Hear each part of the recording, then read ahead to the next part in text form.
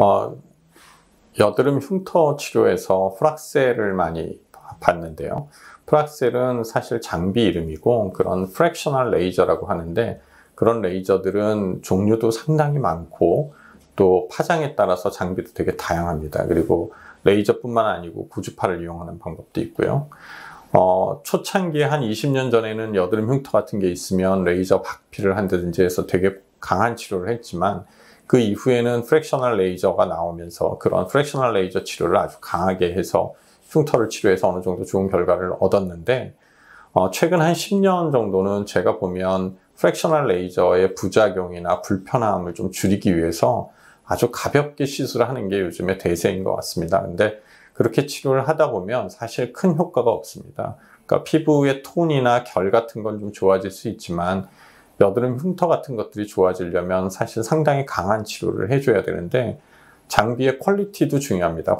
장비의 퀄리티가 떨어지면 아주 강한 치료를 할 수가 없고, 무리해서 강한 치료를 하다 보면 부작용의 위험이 있고, 그래서 그냥 프랙셔널 레이저다, 프락셀이다 해도 병원마다 다 다르고 치료하는 의사마다 결과가 다 다르다고 생각하는 게 좋고요.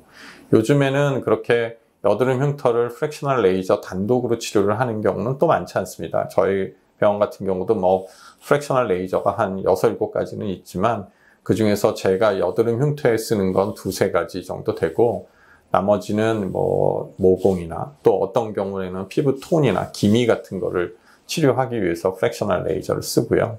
그리고 그렇게 골라진 저희 병원에서 쓰는 울트라 펄스 앙코르의 딥FX나 스카이FX 같은 거를 쓰기도 하고, 또 아이콘의 2940XD 그리고 1540XD나 2940 프랙셔널 같은 걸 쓰기도 하죠. 그 외에 다른 여러 가지 장비들을 쓰기도 하는데요.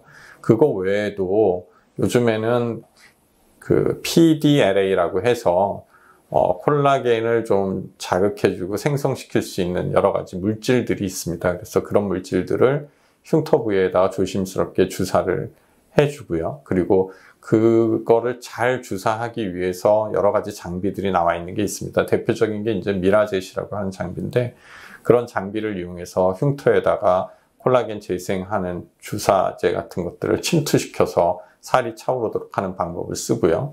거기에 저 같으면 울트라 펄스 앙코르를 이용해서 프랙셔널 레이저를 하고요.